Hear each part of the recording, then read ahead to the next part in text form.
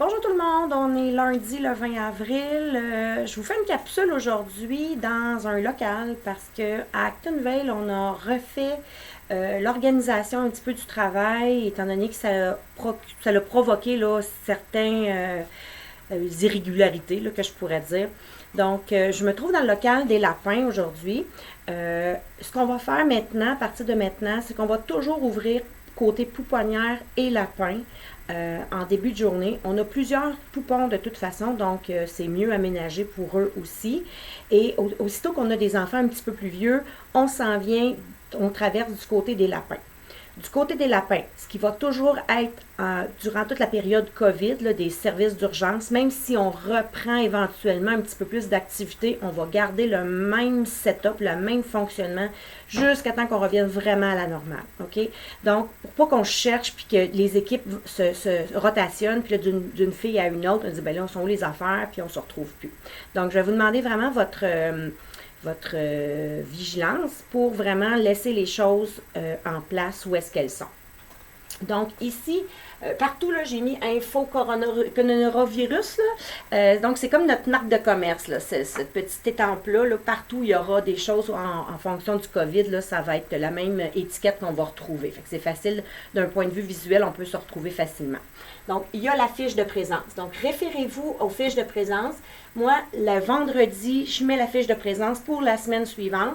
Souvent, ce que je vais faire, c'est que si c'est la semaine en cours, le vendredi, ce que je viens faire, c'est que je viens la mettre de façon horizontale en dessous.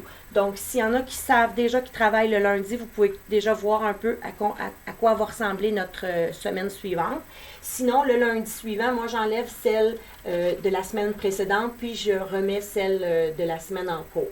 Donc, la semaine est indiquée en haut, donc du 20 au 24 avril, par exemple.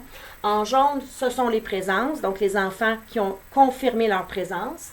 Et on a juste à cocher à ce moment-là, là, quand les enfants sont présents, et mettre un A pour si on apprend qu'ils sont absents en cours de journée, ou le matin, ou la veille. Je vous ai mis aussi des fois des petits commentaires là, dans la portion de droite.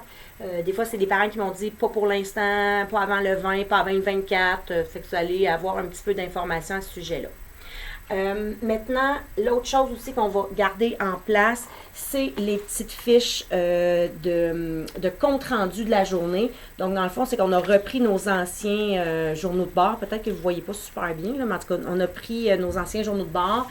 On a fait des photocopies. Puis, pour les enfants qui ne sont pas nos clients habituels, on vous demande de remplir un petit billet dans le courant de la journée, comment l'enfant s'est passé, comment la journée de l'enfant s'est passée.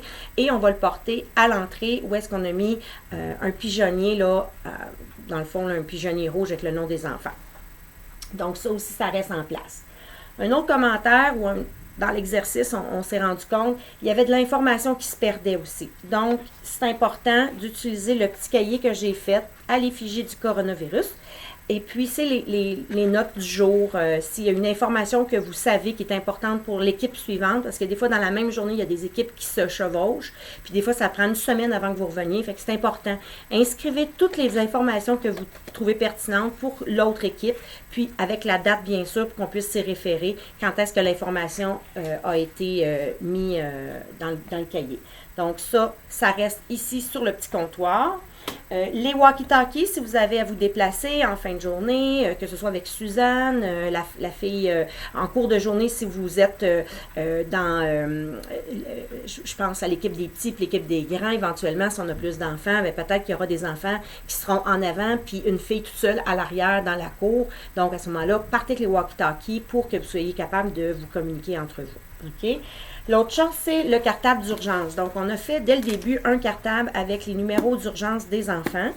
Il commence à prendre un petit peu plus de volume parce qu'à force que les enfants s'inscrivent, c'est sûr qu'on a à peu près, là, je vous dirais, là, peut-être 15, 16, 18 inscriptions, mais le maximum qu'on a eu à date, c'est 8. Donc, ça pourrait monter à une trentaine d'inscriptions, mais pour être capable d'en recevoir seulement 19 quand même. OK? Donc, pour le moment, du moins, ça n'a pas changé. jusqu'à temps qu'il augmente nos ratios. Mais pour l'instant, là, on est toujours à du 30 %. Donc, un maximum de 19 pour Actonville et 6 pour Roxton.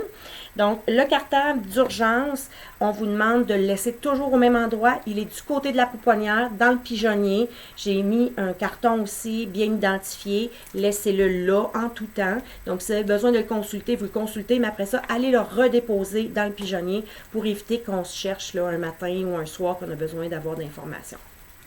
Donc, ça, c'était pour ça. Ensuite, pour les journaux de bord, donc ceux qui sont clients chez nous, vous utilisez le journal de bord de Cassiope, là, tel qu'on le connaît, pour que les parents puissent avoir un compte-rendu. Si vous avez fait remplir un rapport d'incident à un parent un soir, que le parent l'a signé, veuillez le laisser en dessous des fiches d'urgence. OK? Laissez-les là pour que l'équipe suivante ait connaissance qu'il est arrivé quelque chose. La semaine passée, c'est arrivé. Il y a un enfant qui avait une égratignure assez importante dans le visage. Ça s'est fait ici. L'éducatrice avait rempli, l'avait fait signer, mais elle l'avait mis dans mon pigeonnier. Comme d'habitude.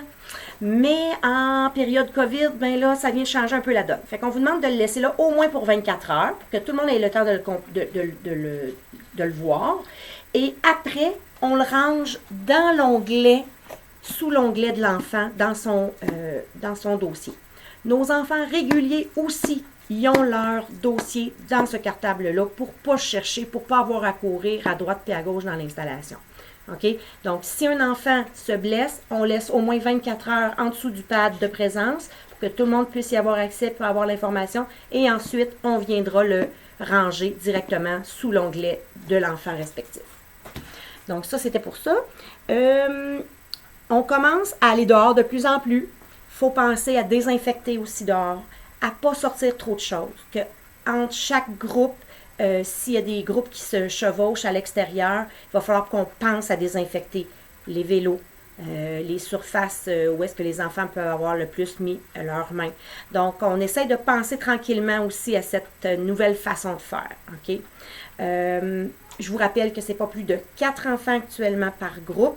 Donc, si vous en avez 5, on s'entend qu'on peut faire 2, 3. C'est sûr que les plus jeunes, on les garde ensemble, les plus vieux, on les garde ensemble, mais ne pas augmenter là, le nombre d'enfants par groupe. Donc, maximum 4 par groupe. Pour les bébés, c'est 3 pour une pouponnière simple et c'est un maximum de 6 pour une pouponnière double. Avec, bien entendu, là, on essaye d'y mettre pas 2 chaises hautes côte à côte, mais bien une chaise haute de distance entre chaque enfant. Utiliser les sièges aussi qui sont au sol, les tables au sol. Et dans les bassinettes aussi, de ne pas mettre un enfant collé avec un autre enfant, donc d'espacer. Maximum de 3 bébés par salle de dodo. Donc, ça, c'était pour ça. Et la dernière petite chose que je voulais vous rappeler aussi, c'est au niveau de la fièvre, au niveau des symptômes grippaux. Donc, on parle de fièvre, de toux, de courbatures, de fatigue intense ou de gros mal de tête. On demande aux parents de maintenir les enfants à la maison jusqu'à la fin des symptômes. C'est sûr que là, si on a un nez qui coule, puis qui coule clair, puis qu'il n'y a pas d'autres symptômes, on est capable de le tolérer. OK? Fait que c'est toujours d'y aller en fonction de comment l'enfant se comporte aussi. Un enfant, par contre, qui n'a aucun symptôme, mais qui est amorphe, qui est capable de suivre, c'est comme d'habitude. On le retourne, surtout que là, on est dans une période où est-ce qu'on est un petit peu plus susceptible là, d'avoir des malaises. Fait qu'on le retourne à la maison jusqu'à temps que l'enfant soit apte à revenir suivre les activités. C'est la même chose pour les adultes. Donc, si vous avez des symptômes qui se déclaraient durant la nuit ou le lendemain, avisez-nous le plus vite possible pour qu'on puisse vous remplacer pour pas que vous veniez travailler en ayant des symptômes de type grippal. Donc, c'était pas mal ça que je voulais vous dire pour aujourd'hui, en espérant que vous vous portez bien. Et, comme d'habitude, je vous souhaite une bonne journée et ensemble, ça va bien aller. Bonne journée!